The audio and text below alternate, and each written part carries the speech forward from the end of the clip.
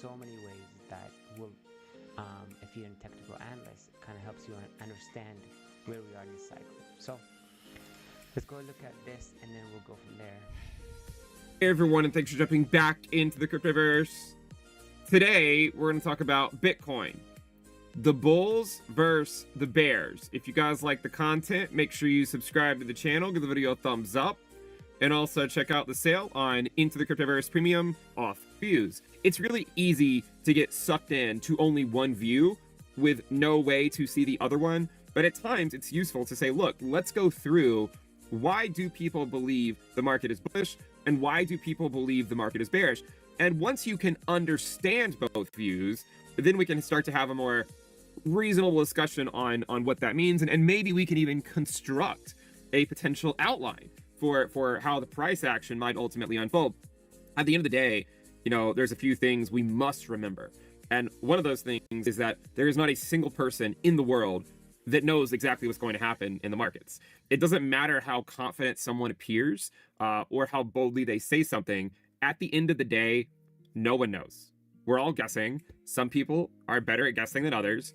Some people get luckier than other people. But at the end of the day, no one knows. And so when you kind of come to that realization, it makes it worthwhile to look at the price of Bitcoin through both the bullish and the bearish lens. Subscribe is how you stop explaining the same.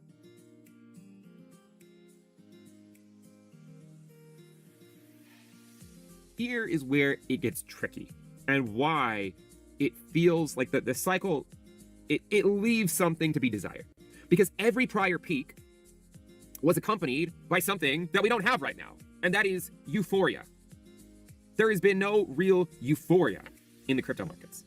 In fact, one of the things that I've said before for the S&P 500 is one of the topping processes you look for is when the price hasn't really moved for a year. Now, we're sitting here we're talking about that for the S&P 500, but then you can't start to notice that for Bitcoin, the price is where it was 1 year ago.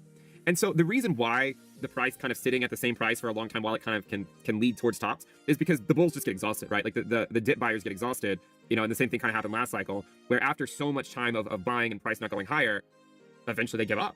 And if the buyers get exhausted, that can lead into the mid-turn year bear market. But what are we missing again? We're missing euphoria. And no prior 4-year cycle top has occurred on apathy. Now, you might say, well, Ben, Bitcoin has never topped on apathy, but it actually has. It has topped on apathy one time. And it's the example we have given the entire market cycle to say, look, guys, we are not in the 2020 style rally. We're not in the 2017 style rally. We're not in the 2013 style rally. We're in a rally that's comparable to what happened in 2019. And the reason for that is based not around the halving, not around any of that stuff, but it's based more so around monetary policy. What time in Bitcoin's history is the most like this time when viewed through the lens of monetary policy? It's 2019. There's something on the website, the Into the Cryptoverse website, called the social risk. Think about it as social interest. And when there's no interest, it's color-coded dark blue. When there's a lot of interest, it's color-coded dark red. So if you hide it all and you only look at anything above 0.8 and anything below 0.2, what do you see? You see that this entire cycle has been simultaneously going on during a period of apathy and relative disinterest. No one really cares that Bitcoin is trading at $94,000. Right now, to say that Bitcoin is trading at 94K sounds like a bearish thing.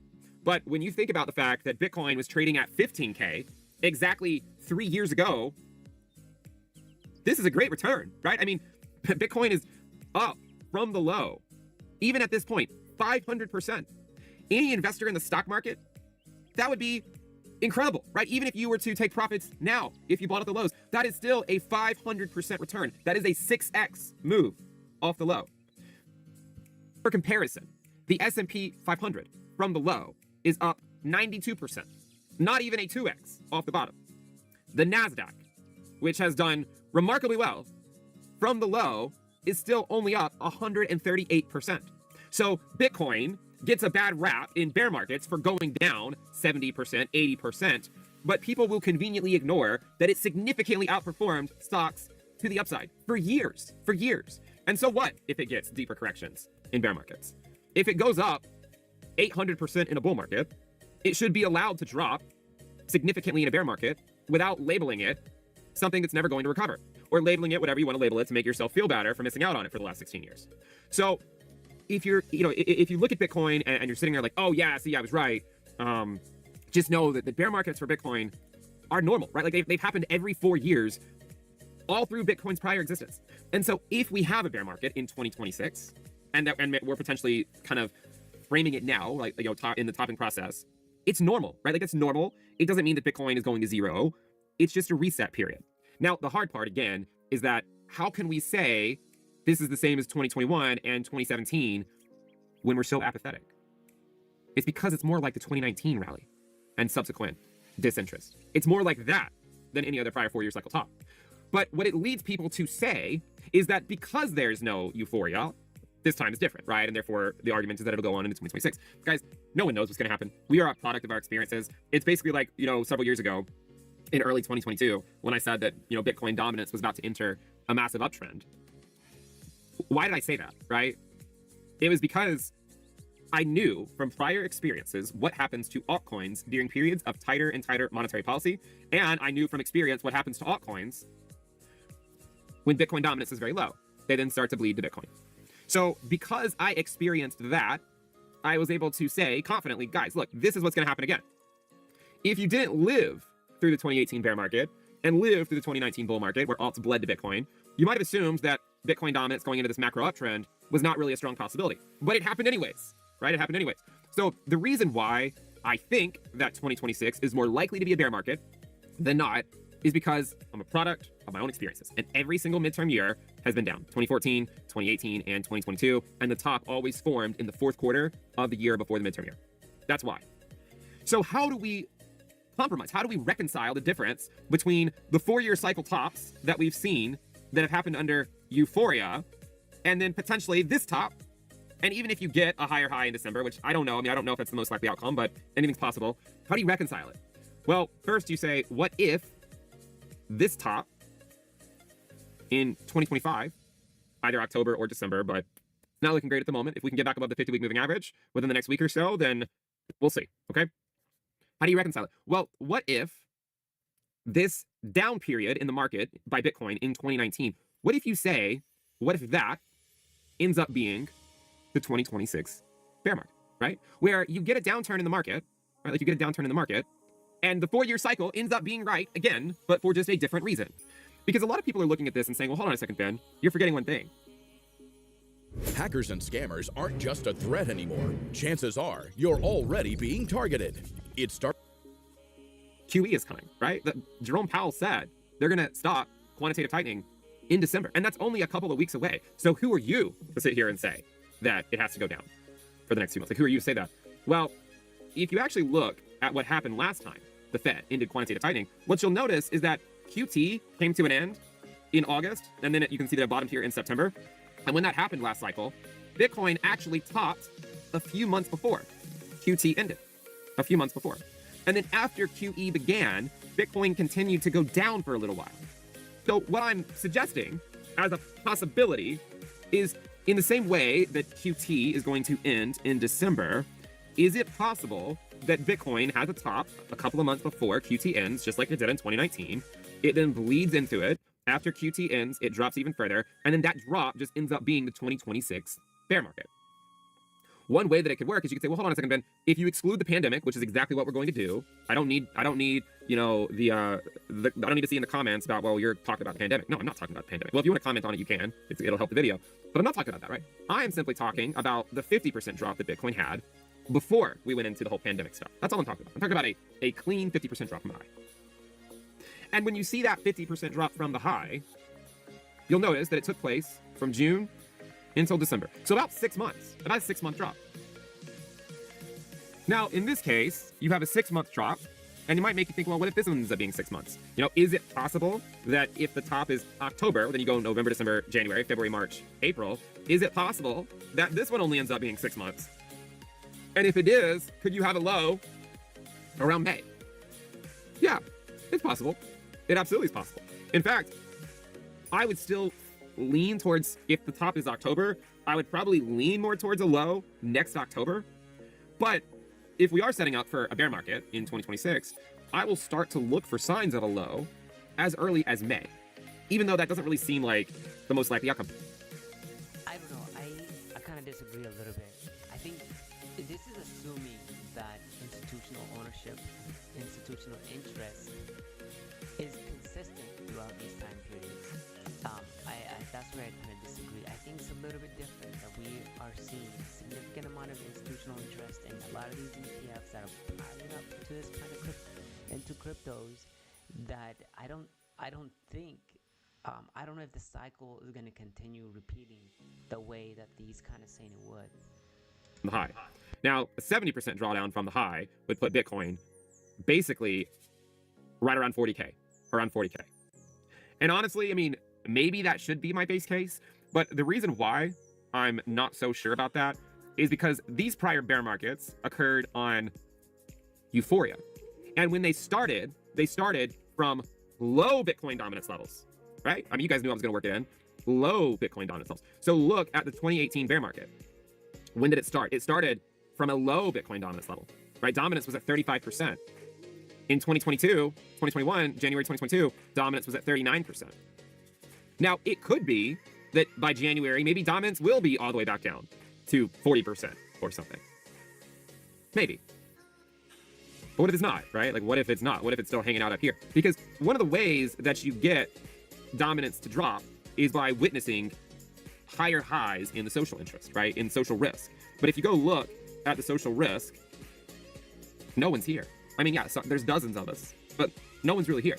If the orange line, the social interest, like look at where we are now compared to 2021 and 2017. One of the reasons why bear markets are so brutal is because all the retail investors that flock into the space at the top, they end up providing the sell pressure for the next year. So for a lot of long-term holders that maybe never sell the Bitcoin, it doesn't make sense to them like why the price would go down 80%. But the price is not going down 80% because the long-term investors are selling. They might sell at the peak, but they're not usually the ones selling throughout the whole bear market. The people that sell through the whole bear market are the short-term investors, the tourists that come in and buy the rallies at parabolic tops. That is who is typically responsible for how brutal the bear markets are. That's why it drops 80%. It's because of the tourists that come in. They buy the top, they sell the bottom, and they don't learn their lesson. A few people stick around, they learn their lesson. So, can you have an 80% drop? Is it possible? I mean, anything's possible, right? Like obviously there's all sorts of events that you cannot predict. Anything is possible. But the main reason in the past for 80% drops is when retail is flocking in at parabolic tops and they provide selling pressure for the next year. What you'll notice about the 2019 drop is that it was really slow. And it was because we topped on apathy rather than topping on euphoria, right? So instead of topping on euphoria, we topped on apathy instead. And therefore, it left people wondering like, well, can there be something else, right? Like, is that truly it? Or is it possible for there to be something else? And so what ended up happening back then is QT ended. The Fed, they were cutting interest rates. But you could argue that even though they were cutting, rates still were not anywhere close to maybe what they needed to be to really get Bitcoin back in business. And you could argue the same thing is going on right now. Like, yes, rates are dropping, but right now, we don't even know if the Fed's going to cut in December. In fact, right now, it's more or less a coin flip as to whether they cut in December or not. Guess what? In 2019, they did cut in December. And when they cut, it ended up marking a low, right? Ended up marking a low. And back then, you can see Bitcoin also sort of sold off into mid-November. And then it basically stayed flat for the rest of the year. And then we had a rally. And then ultimately we had the pandemic drop, right? We had pandemic drop. What I'm thinking about right now, though, is the fact that the Fed funds rate is still above the 2-year yield. And one of the interesting things about that, so if you look at the Fed funds rate, it's currently at 4%, but the 2-year yield is at, I believe, it's at 3.6%, right? So it's about 40 basis points below the 2-year yield. You could argue that if you want to treat the 2-year yield as like sort of as a theoretical neutral rate, which is this abstract idea, where if the Fed funds rate is above the neutral rate, the economy slows down. If the Fed funds rate is below the neutral rate, the economy speeds up. You could argue that if the Fed were to cut aggressively, it would reignite the animal spirits. Hey traders, in this video, we're going to introduce the Smart AI Indicator, which we developed in partnership with OpenAI. This is the first crypto. So how do we reconcile all this stuff, right? Because we've gone through the 4-year cycle stuff. And really, if you look at the ROI from the low for the last 2 cycles, and you can see where Bitcoin is so far topped this cycle, it basically topped when it always does, when you measure the ROI from the bottom. If you measure the ROI from the halving, you can also see that when Bitcoin found this high in October is around when it normally does. Like, it wouldn't be that surprising if we look back on this and we're like, okay, yeah, that was the top. That's normally when the top is. The only thing that would have provided some hope is if you measure it peak to peak, and then you look at this cycle compared to 2017. But the problem is back then, Bitcoin was also topping within about 3 days when measuring it peak to peak, okay? So a lot of ways you measure it from a time-based perspective is what makes people bearish. They lived through the 2022 bear market. They lived through the 2018 bear market, and some even lived through the 2014 bear market. And they don't want to go into 2026 saying that this time is different, even though there's not euphoria. They don't want to fall into the trap of, oh, it's different because there's not euphoria. Because the last cycle, it's different because we have institutions coming in. Now, obviously, this cycle, we had way more institutions than we probably could have ever imagined, and we had ETFs. But last cycle, it was all about, oh, what company is going to be buying Bitcoin next? And that's what kept people hoping. This cycle is something different. Every cycle, we are thrown a curveball. Every cycle, we're thrown a curveball. So that's the time-based stuff. And if you look at Bitcoin and you just look at the 50-week moving average, this is one of those things where when you look at it, what you'll notice is that every single time it's gone below the 50-week, every single time the price has gone below the 50-week moving average, this late into a cycle, it is historically meant it was over, right? You can see those examples right there. And so it's hard to look at that chart and immediately say that, oh, this time has to be different. Normally what happens after we drop below the 50-week moving average is we have our date with Destiny and Bitcoin goes to the 200-week moving average in the midterm year. You can see after it drops below the 50-week, we then go to the 200-week after 2014, same thing in 2018, same thing in 2022. We actually went below the 200-week estimate back then. Why can't it happen in 2026? Is it just because we topped on apathy? In 2019, we topped on apathy and we still went to the 200-week moving average. So from the time-based perspective, it's not hard to understand like why people are starting to flip bearish, because we've seen this before. Now, the reason why it's hard, in 2019, we also got a weekly close right here below the 50-week, and then it just kept holding. Like it would drop below it, and then it would rally back above it the next week, and then it would drop below it, and then it would rally back above the next week, and then it kept holding at the 50-week, and then we ended up getting one more rally. Who knows what that rally would have turned into if the pandemic didn't happen? So that's why I'm trying to be somewhat flexible on this. Like I think there's probably a 60% chance the top was in October. There's still a chance, you know, who knows what could happen. There's still a chance you could have one in December, but it's starting to look a little bit less likely, even though it could still happen. We need to see Bitcoin back above the 50-week moving average. And if you get that, then who knows, right? I mean, yeah, maybe. The other thing is that near the end of cycles, when you have a death cross, when the 50-day SMA crosses below the 200-day moving average, you can see that every single time that has happened this cycle, it's formed a low within a couple of days. A low within a couple of days, every single time. And so we just had a death cross, but we haven't yet formed a low yet, potentially. I mean, maybe we have, we just don't know it yet. But if the cycle is not over, Bitcoin needs to rally like yesterday. Because what happens when you get a death cross and you don't get a rally is exactly what happened in 2022 when you had a death cross. Because back then we had a death cross, we had a small rally, but if we don't go anywhere, people give up and they sell. And then what happens is you get a drop and then you get a bigger rally to the 200-day moving average. That's what also happens at the end of every cycle. You can see you get that rally to the 200-day moving average. It ends up being a macro lower high. It even happened in 2019, right? It happened in 2022 as well. It also happened way back over here in 2014. So that 200-day moving average, if the top is in, is likely going to come into play within the next few months, where it will likely form a macro lower high if the top is in. Now, if Bitcoin can rally this week back above 100K or 103K, it leaves a little bit of flexibility. But if we get another weekly close below the 50-week moving average, the odds start to mount that the top is in, and whether the top indicators went off or not, it's irrelevant. There's going to be too many people that are going to think that 2026 is not going to be a good year, and they're going to start to fade. And then maybe once we get much looser monetary policy, people will come back to the table, just like they did after the 2019 downturn. So from a time-based perspective, it's very clear. The other thing I wanted to bring up is, very briefly, MicroStrategy. All right, I want to talk briefly about MicroStrategy, because MicroStrategy arguably is, you know, it's doing the same thing they did last cycle, basically. But Bitcoin is behaving in a slightly different way. So look at what happened with MicroStrategy last cycle. It found a top in February, and then a lower high in November. And then after that, it went below the support level. Is that not exactly what just happened, right? Basically, you have a top here in November, and then a lower high, and then now it's gone below. So if this were to play out the same way, there's going to likely be, at the very least, a bear market rally for MicroStrategy at some point. Would be my guess, right? Because a lot of times when you get these breakdowns, everyone then panic sells, and then you get this, like, you know, potential bear market rally back up. Okay? Now, my guess is that rally by MicroStrategy, if the top is in for Bitcoin, would correspond to Bitcoin rallying back to the 200-day moving average. Notice in 2022, Bitcoin rallied to the 200-day moving average in April, And MicroStrategy had this bear market rally top in April.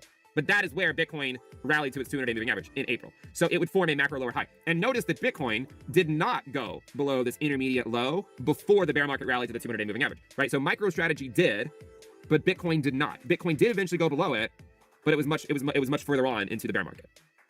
Now, one of the reasons why being open-minded to a low as early as May, if the top is in, or even if there is a higher high in December, is because in 2022, MicroStrategy actually found a low in May. It then swept the low about half a year later in December. But if you bought MicroStrategy back then in May, you essentially bought the bottom. And then it rallied from 13 all the way up to $500 a share, over $500 a share. So I want you to look, though, at one slight difference, which is why I'm not being like as deterministic as I maybe otherwise would be. If you look at this, it would be pretty clear in a lot of different ways from a time-based perspective that we are due for a downturn going into 2026. Like, we're due for that. And then it's just a normal part of the cycle. Bear markets should not be scary. Trade the market that you have, not the market that you want. Bear markets allow you to get in positions that then you can ride for several years. Okay, they're not a bad thing. Again, what I've said before, right? The money is really made in the bear market, right? If you have the courage to buy in the bear market. But in this case with MicroStrategy, you know, back then in 2022, it formed a lower high for Bitcoin USD. But what's interesting is that if you look at the lower high by MicroStrategy in 2021, it was in November. When did Bitcoin top? November. But then if you look at this cycle, the lower high was in July. But Bitcoin didn't top in July, right? It had a top in July, but then it went higher in August and October as well. So I studied the 10 most powerful empires over the last 500 years and the last 3 reserve currencies.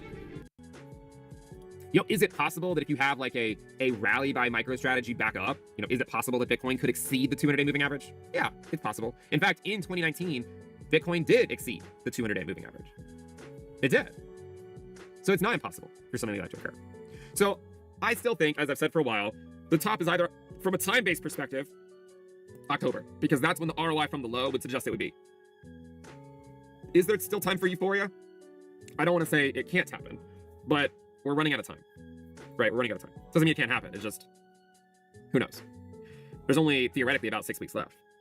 Now, I mean, you know, I do look at this and I wonder, like, I mean, is it possible that we just kind of go down into December, we get an into QT, then Bitcoin maybe gets a little bit of a bounce in early 2026, and then we still have a bear market? Absolutely. That's how it could play out. But I do wonder about these divergences, because when you look at when Bitcoin got a higher high on the USD valuation, it was on this little rally by MicroStrategy right here. So if MicroStrategy were to get a bigger rally, then maybe there would be another nice knee-jerk bounce by Bitcoin back up to the upside. Hopefully, before it would go below, you know, these lows over here, which that would be kind of repeating what it did in the last cycle, right? Getting a nice multi-month bounce back up to at least the 200-day moving average within the next 2 to 3 months would be kind of probably the baseline expectation. Because a lot of people are asking me, well, MicroStrategy just dropped straight down and took out this low. Could Bitcoin do the same? Well, last cycle, MicroStrategy did the same thing, right? Like, it just dropped, took out the low, and Bitcoin dropped, but it didn't take out that low. It still had a rally back up, and then eventually it took out the low. The peak indicators that a lot of people are curious about include things like, you know, like the pi cycle top. But I don't think the pi cycle top's would have ever signaled, because if you look at if you take the moving averages and you divide them and you extrapolate this trend line, it's not going to go above 1 this cycle regardless. And so you could argue that if it was not going to go above 1, there was never going to trigger anyways, but it would have suggested it would have gone higher than where it is right now. So what if where this pi cycle top is more similar to, again, the 2019 top, where they came close, but not really that close. And then there was a downturn, but not as deep as the other bear markets. There was a downturn, but then the money printers came back on. And then we had euphoria. It's possible. So again, there's a chance here that the 2019 downturn that started before QT ended could just be the 2026 bear market that started in Q4 of 2025. And what if you get maybe a 50% drop instead of 70? Because a 50% drop from the high would actually put you between 60 and 70K. And the reason why that's interesting is because that's exactly where the 200-week moving average is going to be in 2026. And you can see that in the midterm years, Bitcoin tends to return to the 200-week moving average, sometimes even in other non-midterm years. It tends to at least go to the 200-week moving average. So perhaps we have our date with destiny after all, but maybe the bear market is more tame.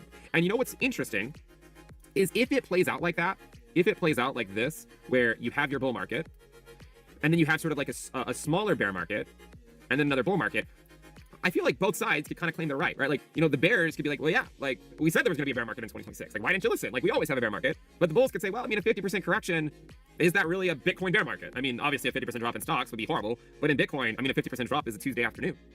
So, you know, maybe there's a way. I don't know if we can do this on TradingView. ISM, can we look at the ISM on here? Maybe we can't.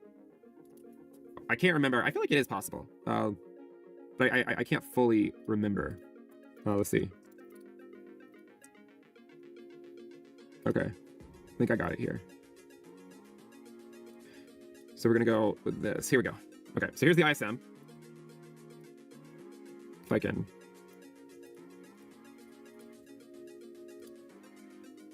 Okay, this is a really interesting chart because the ISM, the Purchasing Managers Index, shows you that these prior peaks by Bitcoin correspond to peaks in the ISM. You see that? Now you know why retail's not here, guys. Look at the ISM. The ISM looks more like the bear markets than it does the bull market. No wonder retail's not here. It's because Main Street is struggling. Wall Street has been doing fine. The S&P is doing fine. Main Street, they're the ones stuck in traffic on Struggle Street right now.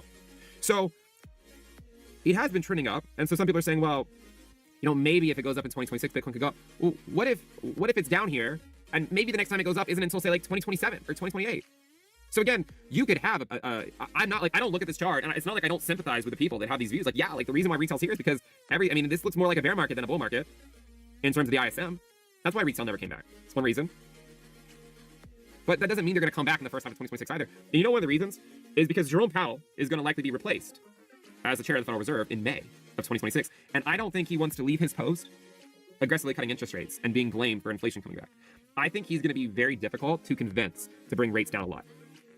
I do. I really do. Let me see if I can get this to load here so we can look at it. The markets are currently saying that Powell will cut one more time before he leaves. Because again, he would be replaced in May. I don't think, I mean, he'll still be there. He just won't be the chair. They're saying he'll cut one more time. Powell will likely be replaced by someone a lot more dovish. And when rates come down a lot more, and when the money printers likely come back on, because that's the only way they know how to fix our problems, unfortunately, then things could change. You know, maybe things would change at that point. But the problem is that in the first 5 months of 2026, there's going to be those macro headwinds, right? There's going to be those macro headwinds. I'm not saying the ISM can't go up. I'm just saying that by the time it goes up, like, do we really think it's going to go from, you know, 48 back up to the 60s or the 70s within the next, like, 6 months? A lot of times it takes a long time. I mean, back over here, it found a low in 2012, and the high for Bitcoin wasn't until a year later. In the next cycle, the low was in January 2016, but the high for Bitcoin wasn't until almost 2 years later. In 2020, you had a low in May, and then Bitcoin topped about a year and a half later. So even if the ISM were to start aggressively going up, it doesn't mean that then Bitcoin has to immediately go up in early 2026. It could be you get that sort of shorter term drop just to allow the market to reset, and then we continue higher, maybe before a 70 to 80% drawdown. So the argument is, if you don't top on euphoria, do you have to have an 80% drop in the bear market? Maybe not. Maybe you get more of like a 2019 style 50% drop, which would still be in line with everything, right? It would still be in line because that would also put you between the two, you know, at those prior all-time highs. That's where it would put you. Hey traders, in this video, we're going to introduce the Smart AI Indicator, which we developed in partnership with OpenAI. This is the first crypto. It's got to be a possibility, right? So I can look at something like the Pi cycle top and be like, yeah, like what if we just get that brief downturn in the first part of 2026 and then things start to pick up after that? You could also go look at something called the terminal price, another indicator. Now, what's interesting about this indicator is that it also hasn't gone up to the red line. But guess what? It didn't in 2019 either. It kind of stalled out. It went down, and then it barely got below the green line during the pandemic. And that was, I mean, imagine that was a crazy drop. It did go lower if you look at Wix, but where is the green line today? Where is it? It's currently at 56K. It's probably going to be above 60K by mid-2026. So you can kind of see the same thing playing out, just on a grander scale.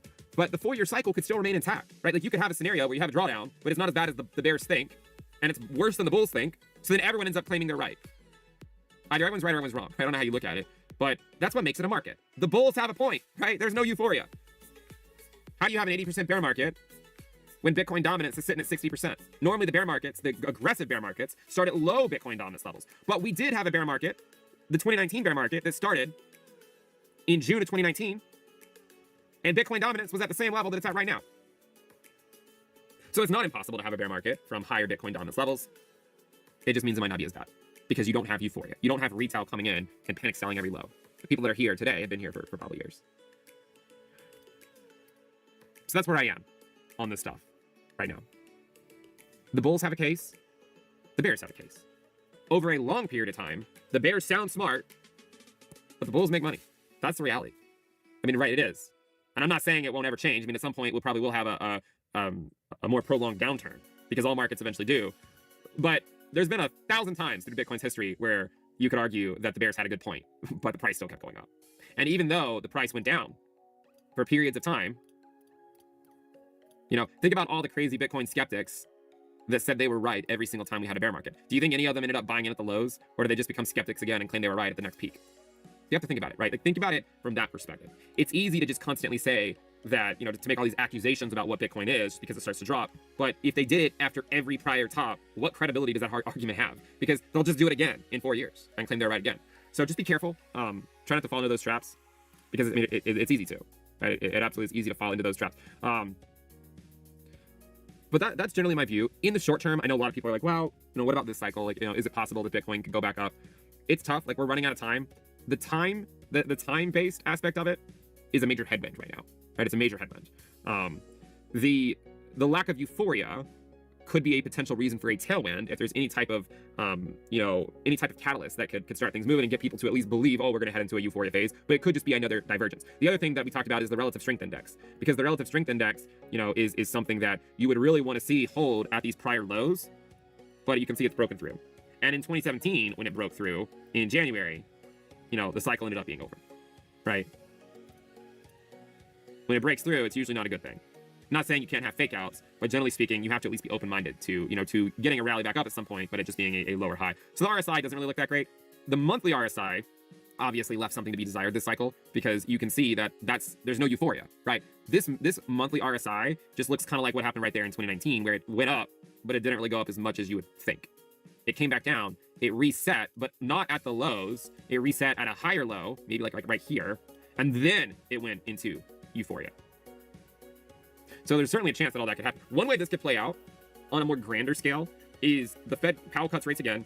We end up getting a 2026 sort of bear market that maybe lasts for at least 6 months. The new chair comes in, they cut rates, they turn the printers on. You then get the next cycle, and things start to rally again. But then they realize they're starting to reignite the animal spirits. Inflation starts to come back, and they have to raise rates. That might sound crazy. That's exactly what happened in 2000 in the dot-com era. That's exactly what happened in the dot-com era, right? So if you look at the S&P 500 and you look at interest rates, you can see that they were lowering rates some through here, but then eventually they had to raise rates again. And that's what ultimately killed off the animal spirits, and then we had the dot-com crash. If you look at that whole move through the lens of M2, the money supply, I would argue that to some degree, it's still playing out almost perfectly. If you take I think it will diverge, to be clear, but if you take a bar pattern from 1996 until the actual top, even that 20% drawdown we got back in April, March lines up. So you could argue that we're kind of getting close to this drawdown right here into early 2026.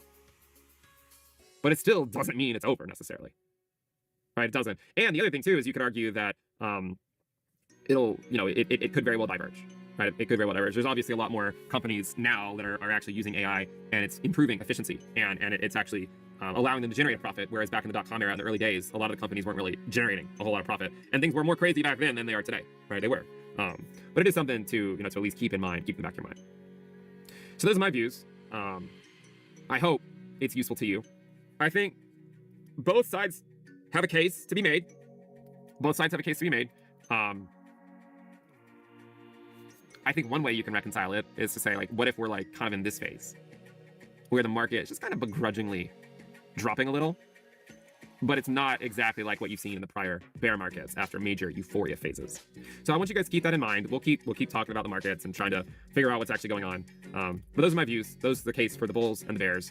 That's at least one way we could potentially reconcile it. In the short term, if Bitcoin can get back above the 50-week moving average, then we'll look at the potential upside. But until that happens, I think we at least have to sort of be aware that normally when you get these closes below the 50-week, it's at least worthwhile to start thinking about, like, what could that look like going into the midterm year. And my guess is this, in a very unambiguous, like, I'm not trying to say what I mean. Regardless of what happens for the rest of this year, I do think that Bitcoin will have its date with destiny at the 200-week moving average in 2026. And my guess is that date with destiny will be somewhere between 60 and 70K. And it should happen. It'll probably happen sometime in 2026. If you guys like the content, make sure you subscribe to the channel. Give the video. Sheesh. So essentially short the market. short the market, short crypto. So if that does happen, I mean, it is really scary to be in a lot of these leveraged crypto plays, or even like in companies like BMNR. BMNR is kind of interesting because um, their their crypto they can stake because they have Ethereum. So I don't know how well the others are going to do. So it's a little scary, like how